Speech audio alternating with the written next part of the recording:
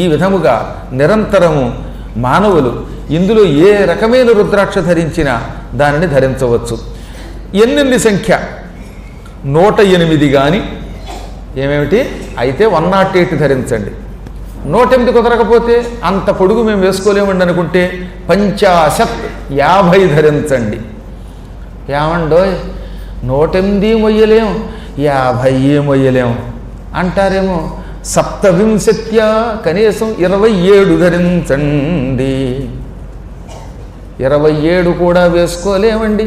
27 ఇడ్లీలైతే తినగలుగుతాం కానీ 27 రుద్రాక్షలు ధరించలేమండి అంటే కనీసం ఒక్కటైనా వేసుకోరా నీ బతుక్కు అన్నాడు ఆయన. ఇంకా విసిగెత్తిపోయాడో ఏమిటో స్వామివారు కూడా ధర్మ సందేహాలు అడిగిన జనాలతోటి. అందుకని కనీసం ఒక్కటైనా వేసుకోండి. కానీ మొత్తం మీద వేసుకుంటే అనుక్షణం శుభం పొందుతావు. 3 తరముల వాళ్ళని 3 ఏళ్ళు 21 తరాల వాళ్ళు త్రిసప్తకుల ముధృత్య. సప్త అంటే 7, త్రిసప్త అంటే 3 ఏళ్ళు 21 తరముల వాళ్ళని తరింపజేస్తా అంట మనం రుద్రాక్ష వేసుకుంటే. శివలోకే మహీయతే. ఇప్పుడు మళ్ళీ మనకు అనుమానం, ఏ సమయంలో ఎప్పుడెప్పుడు ఎలా వేసుకోవచ్చు? తింటున్నా, తిరుగుతున్నా, త్రాగుతున్నా, పడుకున్నా, మలమూత్ర విసర్జన చేస్తున్నా శరీరంలో ఒకసారి ధరించినటువంటి రుద్రాక్ష తీయకు. నీకు శ్రద్ధ కలిగితే సర్వకాల సర్వావస్థలలో రుద్రాక్షని ధరించు. రుద్రాక్ష యొక్క శరీరం త్రిమూర్తుల యొక్క స్వరూపం. రుద్రాక్షకు చుట్టూ ముఖాలు ఉన్నాయని చెప్పాం కదా, ఏకముఖం, ద్విముఖం, పంచముఖం.